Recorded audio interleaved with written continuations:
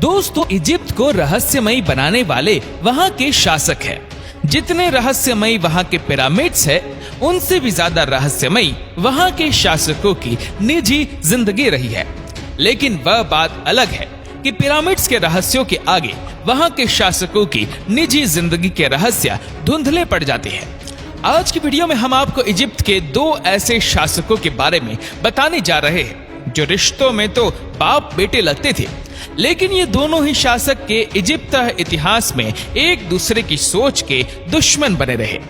दोस्तों, हम बात कर रहे आखानातन और उसके बेटे तूतनखामेन की। आखानातन इजिप्ट का एक ऐसा शासक था जो न केवल क्रूर था बल्कि एक नंबर का अय्याश भी था, जबकि उसका बेटा तूतनखामेन एक शांति प्रिय शासक था जिसने अपनी नातियों से इजिप्ट में शांति कायम रखी। लेकिन आपको जानकर हैरानी होगी कि उसका बाप आखानातन एक पागल किस्म का आदमी था जो पूरे इजिप्ट में उस समय अपनी अजीबोगरीब सोच के लिए बदनाम था। उसने पूरे इजिप्ट में यह निर्देश जारी किया था कि अब वहां किसी भी देवता की पूजा नहीं होगी, वहां सिर्फ सूरज की ही पूजा होगी, और अगर ऐसा किसी ने नहीं किया तो उसकी सजा केवल मौत होगी। इसी के चलते उसने अपने पड़ोसी राज्यों से भी संबंध बिगाड़ लिए थे। उसके पड़ोसी राज्य उसे बुरी तरह नाराज रहते थे क्योंकि उसने अपने राज पे न केवल धार्मिक कार्यों से लोगों के दिल को ठेस पहुंचाई थी, बल्कि वह पूरे इजिप्ट में अपने नाजायज रिश्तों को लेकर भी बदनाम हो गया था। इस वजह से इजिप्ट के पड़ोसी राज्य उसको अपने एक दुश्मन की नजर से देखने लगा था। आपको बता दें कि आखानातन एक ऐसा इंसान था जिसने अपनी ही सगी 3 बेटियों को नहीं छोड़ा। वैसे तो इसकी कई औलादें थी, लेकिन इसके 3 बेटियां मेरितातेन, मिकरतातेन और अनखसेनामुल बेहद ही खूबसूरत थी। हिस्टोरियंस बताते हैं कि मिकरतातेन की मौत खुद अपने ही पिता के बच्चे को जन्म देते हुए हुई थी। लेकिन दोस्तों, इन 3 बेटियों में से तीसरे नंबर की बेटी अनखसेनामुल के साथ उनका रिश्ता काफी चर्चा में रहा था क्योंकि वह अनखसेनामुल को अपनी राजकुमारी बनाना चाहता था। आखानातन की ये बातें जब राजघराने से बाहर पहुंची तो पूरे इजिप्ट में उसी की ही चर्चा होने लगी थी। लेकिन उसके खौफ और पागलपन के चलते इजिप्ट में कोई भी वासी उस पर खुलकर चर्चा नहीं करता था। लेकिन दोस्तों, जब ये बात इजिप्ट के पड़ोसी राज्यों तक पहुंची तो इजिप्ट के अपने पड़ोसी राज्यों से लगातार संबंध खराब होते चले गए। वैसे तो दोस्तों, इजिप्ट के शासक अपने रंगीन मिजाज के लिए पूरी दुनिया में बदनाम थे, लेकिन आखानातन की कहानी ही कुछ और थी क्योंकि इसने बाप बेटी के रिश्ते को ही शर्मसार कर दिया था। आपको बता दें, एंशिएंट इजिप्ट में इस तरह के रिश्ते आम हुआ करते थे। प्राचीन दौर में इजिप्ट में बहन भाई की शादी भी करवाई जाती थी। ऐसा करने से उनका मानना था कि सत्ता किसी बाहरी की व्यक्ति के पास ना जाकर खुद के हाथों में ही रहती है। लेकिन दोस्तों, जो आखानातन ने करके दिखाया वो न केवल अजीब था बल्कि बेहद ही चौंकाने वाला भी था। उसकी पूरी दुनिया में अभी तक कोई दूसरी मिसाल ही नहीं मिलती। शायद इसी वजह से जब 3335 ईसा पूर्व में उसकी मौत हुई तो उसके शरीर का ममीफिकेशन नहीं किया गया, यानी कि उसके शरीर को मम्मी में नहीं बदला गया। और उसके शरीर का क्या किया गया और उसकी मौत कैसे हुई, यह हजारों साल बाद भी इतिहासकारों के लिए एक चुनौती है। अब दोस्तों, अगर बात करें आखानातन के बेटे तूतनखामेन की, तो वो एक शांति प्रिय शासक था। अपने पिता की मौत के बाद उसे मात्र 9 साल की उम्र में ही इजिप्ट का राज सिंहासन मिल गया था। लेकिन उसने पूरे इजिप्ट को हैरान तब कर दिया जब उसने इजिप्ट की गद्दी पर बैठते ही अपनी 8 साल बड़ी बहन अनखसेनामुल से शादी कर ली। शादी करते ही उसने अपने शासनकाल के दौरान अपने पिता आखानातन के लगाए सभी धार्मिक प्रतिबंधों को हटा दिया। साथ ही उसने पूरे इजिप्ट में यह निर्देश जारी किया था कि सूरज के साथ साथ अब वह चंदा की भी पूजा की जाएगी। इसी के साथ ही उसने अपने कई पड़ोसी राज्यों से भी अपने पिता द्वारा बिगड़े रिश्तों को अच्छा कर लिया था। तूतनखामेन ने मात्र 4 सालों में पूरे इजिप्ट में पूर्ण तरीके से विकास कर दिया था। ये वह दौर था जब वे एक सभ्यता और एक नई प्रगति की ओर बढ़ रही थी। पूरे इजिप्ट में सिर्फ एक ही नाम था और वो था तूतनखामेन। इस दौरान उसने अपनी बहन के साथ अपना वैवाहिक रिश्ता भी चलाया, लेकिन कुछ सालों बाद ही उनके बीच रिश्ते कमजोर पड़ने लगे थे। क्योंकि उनकी कोई औलाद नहीं रही थी और अनकसेनामूल एक वारिस चाहती थी। दोस्तों, हिस्टोरियंस ये दावा करते हैं कि तूतनखामेन एक अच्छा शासक था, लेकिन वह शारीरिक रूप से बेहद ही कमजोर था। वह इतना कमजोर था कि वह किसी से युद्ध में दो हाथ तक नहीं कर सकता था। कुछ हिस्टोरियंस ये भी बताते हैं कि वह शरीर से इतना अधिक कमजोर हो गया था कि वह अपना जीवन भी सही से नहीं बिता पा रहा था, जिस वजह से उसके अपनी बहन या अपनी बीवी अनकसेनामूल के साथ रिश्ते बिगड़ने लगे थे। दोस्तों, अब आप सोच रहे होंगे कि जब तूतनखामेन इतना कमजोर था तो उसने इजिप्ट के सत्ता को इतने अच्छे ढंग से कैसे चलाया।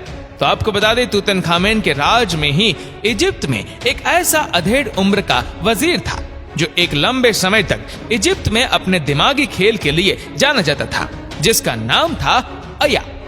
वैसे तो अया अखानातन के समय में भी था, लेकिन अखानातन की क्रूरता की वजह से वह कुछ भी नहीं बोल पाता था। लेकिन जब तूतनखामेन इजिप्ट का शासक बना तो अया खुलकर बोलने लगा और तूतनखामेन कोई भी छोटा बड़ा फैसला लेने से पहले अया की सलाह जरूर लेता था और हर बार अया की सलाह उसके लिए सही साबित होती। कई हिस्टोरियंस तो ये भी दावा करते हैं कि तूतनखामेन के शासनकाल में अया ने ही इजिप्ट को संभाला था। तूतनखामेन तो अया के लिए कठपुतली मात्र था। जो भी फैसले लिए जाते थे तो वह पीछे से अया ही लेता था। लेकिन दोस्तों, इतिहासकारों में अया और तूतनखामेन के रिश्ते को लेकर मतभेद है। कई लोग अया को तूतनखामेन का नाना बताते हैं, तो कई इतिहासकारों उसको तूतनखामेन का दादा बताते हैं। लेकिन दोस्तों, आपको जानकर हैरानी होगी कि 1323 ईसा पूर्व में तूतनखामेन की एक रहस्यमय तरीके से मौत हो जाती है। जब उसकी मौत हुई तो वह मात्र 18 साल का था। कोई बताता है कि उसकी मौत उसकी शारीरिक कमजोरी से वजह से हुई, तो कोई कहता है कि उसकी मौत रथ से कुचल जाने की वजह से हुई थी। तो कई हिस्टोरियंस ये भी कहते हैं कि उसकी मौत एक सोची समझी साजिश थी। तूतनखामेन की मौत का रहस्य सुलझाने के लिए ब्रिटिश आर्कियोलॉजिस्ट हार्वर्ड कार्टर और उनकी टीम ने सन 1922 में टूब ऑफ तूतनखामेन के अंदर खुदाई की। आपको बता दें कि तूतनखामेन के शरीर को सोने से बने 3 बक्सों में दफनाया गया था ताकि उसे कोई देख ना सके। जब उसका मकबरा तलाशा गया तो उसके मकबरे पर यह साफ लिखा हुआ था कि राजा की शांति भंग करने वाले के लिए मौत आएगी। जिसके बाद आर्कियोलॉजिस्ट हार्वर्ड कार्टर और उनकी टीम के सदस्य एक एक करके नेचुरल और अननेचुरल डेथ से मरने लगे थे। उस समय पूरी दुनिया में तूतनखामेन के अभिशाप की चर्चा होने लगी थी और इसे मजबूती तब मिली जब 5 अप्रैल 1923 को इजिप्ट की राजधानी कायरो में खोजी दल के मैन सदस्य लॉर्ड कार्नरवन की मौत हुई। उसके अगले महीने 16 मई 1923 को मकबरे में जाने वाले एक और शख्स जॉर्ज जे गुलर्ड की भी मौत हो गई। 27 सितंबर 1923 को लॉर्ड कार्नरवन के भाई की भी मौत हो गई। 1923 में ही मकबरे से तूतनखामेन की मम्मी निकालने के लिए हार्वर्ड कार्टर को पैसा देने वाले वुल्फ जूल की लाश नील नदी से मिली।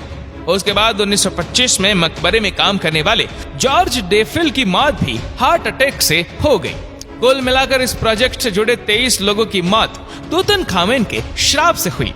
हालांकि बहुत से लोग इसे अंधविश्वास ही मानते हैं, लेकिन दोस्तों, इस प्रोजेक्ट के साथ जुड़े लोग ही क्यों मारे गए, ये अपने आप में एक बड़ा सवाल है। दोस्तों, तूतनखामेन की मौत के बाद इजिप्ट की कमान अब अनखसेनामूल के हाथों में थी। ये वह दौर था जब इजिप्ट को ऐसे बादशाह की तलाश थी जो ताकतवर होने के साथ साथ अनुभवी भी हो। अया ने मौका देखते ही वहां का बादशाह बनने की इच्छा जताई और उसने जबरदस्ती अनकसेनामूल पर दबाव बनाना शुरू कर दिया कि वो उससे शादी कर ले। अनकसेनामूल के पास अया के साथ शादी करने के अलावा कोई दूसरा विकल्प नहीं था, लेकिन अनकसेनामूल ने इस शादी से बचने की अपनी तरफ से पूरी कोशिश की और उसने अपने पड़ोसी हैत्ती सभ्यता की तरफ से खत भेजा, जिसमें उसने हैत्ती सल्तनत के बादशाह को यह लिखा कि आप अपने किसी भी एक बेटे की शादी मुझसे करवा दीजिए। इस तरह आपका वारिस इजिप्ट का नया बादशाह भी बन जाएगा और मैं अया से भी बच जाऊंगी। हैत्ती सल्तनत के बादशाह ने यह खत पढ़ते ही अपने सबसे ताकतवर बेटे को इजिप्ट की तरफ रवाना कर दिया। लेकिन दोस्तों, अया बहुत ही पहुंची हुई चीज थी। उसे इस बात की भनक लग गई और उसने हैत्ती स्पधा से आए उस राजकुमार को रास्ते में ही धोखे से मार दिया जिसके बाद अया ने अनक्सेनामूल के ऊपर और दबाव बनाया और दो बातें कही, या तो तुम मुझसे शादी कर लो या फिर यूं ही मौत का तमाशा देखो। उसके बाद अनक्सेनामूल को मजबूर होकर अपने से कई साल बड़े अधेड़ उम्र के शख्स अया से शादी करनी पड़ी। दोस्तों, ये पहली दफा था जब कोई इतना अधेड़ उम्र का शख्स मिस्र के सल्तनत का बादशाह बना हो। इतिहासकार बताते हैं कि अनक्सेनामूल इस शादी के कुछ दिन बाद ही मर गई थी, क्योंकि वह शादी से बिल्कुल भी खुश नहीं थी। जब वो मरी तब उसकी उम्र 20 से 25 साल के बीच थी। अनक्सेनामूल के मरने के बाद अया और मिस्र के सल्तनत का क्या हुआ, इसके बारे में ऐतिहासिक किताबें भी खामोश हैं। लेकिन ये कहानी बताती है इजिप्ट के पिरामिड के पीछे वहां के राजा और रानियों के कई ऐसे रहस्य दफन हैं जिनके बारे में शायद इतिहासकारों को भी ठीक से नहीं पता। वैसे दोस्तों, इजिप्ट की मिस्ट्री को लेकर आपकी क्या राय है, नीचे कमेंट करके जरूर बताइएगा। और अगर आपको वीडियो अच्छा लगा हो तो इस वीडियो को लाइक करेगा, शेयर करेगा ज्यादा से ज्यादा लोगों तक। और ऐसी ही और भी रोचक जानकारियों के लिए सब्सक्राइब करें हमारे यूट्यूब चैनल को और फेसबुक पर फॉलो करें हमारे पेज को। धन्यवाद।